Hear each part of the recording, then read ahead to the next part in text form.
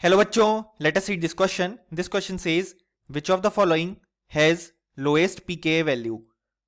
और हमारे ऑप्शंस हैं option A PHOH, option B PHCO2H, option C PHSO3H, option D PHNH2. So इस question में हमसे पूछा गया है कि हमारे पास जो गिवन कंपाउंड्स हैं उनमें से कौन से कंपाउंड के लिए जो pKa वैल्यू है वो लोएस्ट होगी. सो इस क्वेश्चन को सॉल्व करने के लिए हमारे पास जो की कॉन्सेप्ट रिक्वायर्ड है वो है कॉन्सेप्ट ऑफ एसिडिक स्ट्रेंथ. अब यहां पे जो हमारे पास कंपाउंड्स की एसिडिक स्ट्रेंथ होती है वो यहां पे होती है डायरेक्टली प्रोपोर्शनल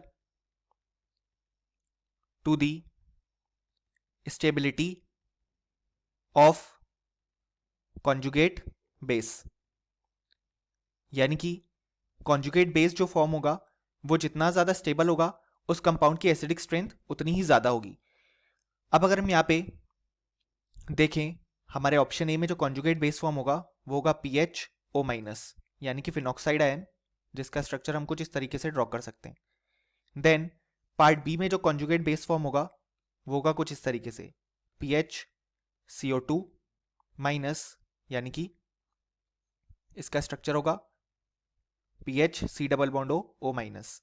देन पार्ट सी में जो कॉन्जुगेट बेस फॉर्म होगा वो होगा इस तरीके से PHSO3-. देन पार्ट डी में कॉन्जुगेट बेस फॉर्म होगा PHNH-. सो अगर हम सबसे पहले कंपेयर करें तो जो हमारे पास पार्ट बी और पार्ट सी है वो तो यहां पे पार्ट ए और पार्ट डी से ज्यादा स्टेबल होंगे, क्योंकि इन दोनों ही केस में जो हमारे पास चार्ज डिस्पर्स हो रहा है वो ऑक्सीजन पे डिस्पर्स हो रहा है.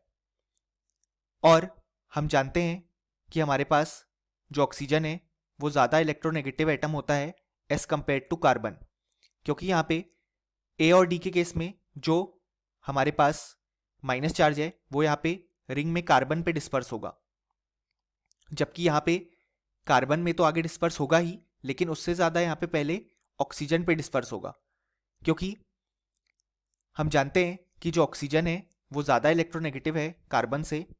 यानी कि जो नेगेटिव चार्ज है वो ज्यादा स्टेबल होगा जब वो ऑक्सीजन पे जाएगा. यानी कि जितनी बार ऑक्सीजन पे डिस्पर्शन होगा चार्ज का वो उतना ज्यादा स्टेबल होगा. सो यहाँ पे अगर हम स्टेबिलिटी ऑर्डर लिखें कॉन्जुगेट बेस का तो हमारे पास सबसे आगे तो यहाँ पे बी और सी आ जाएंगे एंड ए और डी बाद में आएंगे. अब अगर हम इनके बीच कंपैरिजन करें तो जो हमारे पास पार्ट सी है उसमें माइनस चार्ज ऑक्सीजन पे 3 बार डीलोकलाइज हो रहा है. यहाँ पे एक बार प्रेजेंट है और 2 बार और डीलोकलाइज होगा. इसी कारण से हमें यहाँ पे 3 इक्विवेलेंट रेजोनेटिंग स्ट्रक्चर देखने को मिलेंगे, जबकि पार्ट बी में हमारे पास 2 इक्विवेलेंट रेजोनेटिंग स्ट्रक्चर हमें देखने को मिलेंगे. यानी कि जो पार्ट सी है वो ज्यादा स्टेबल होगा देन पार्ट बी.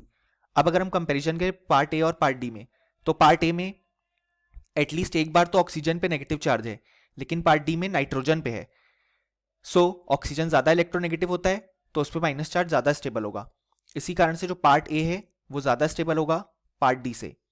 अब अगर हम ओवरऑल ऑर्डर लिखें तो सी सबसे ज्यादा stable, then B, then A and then D.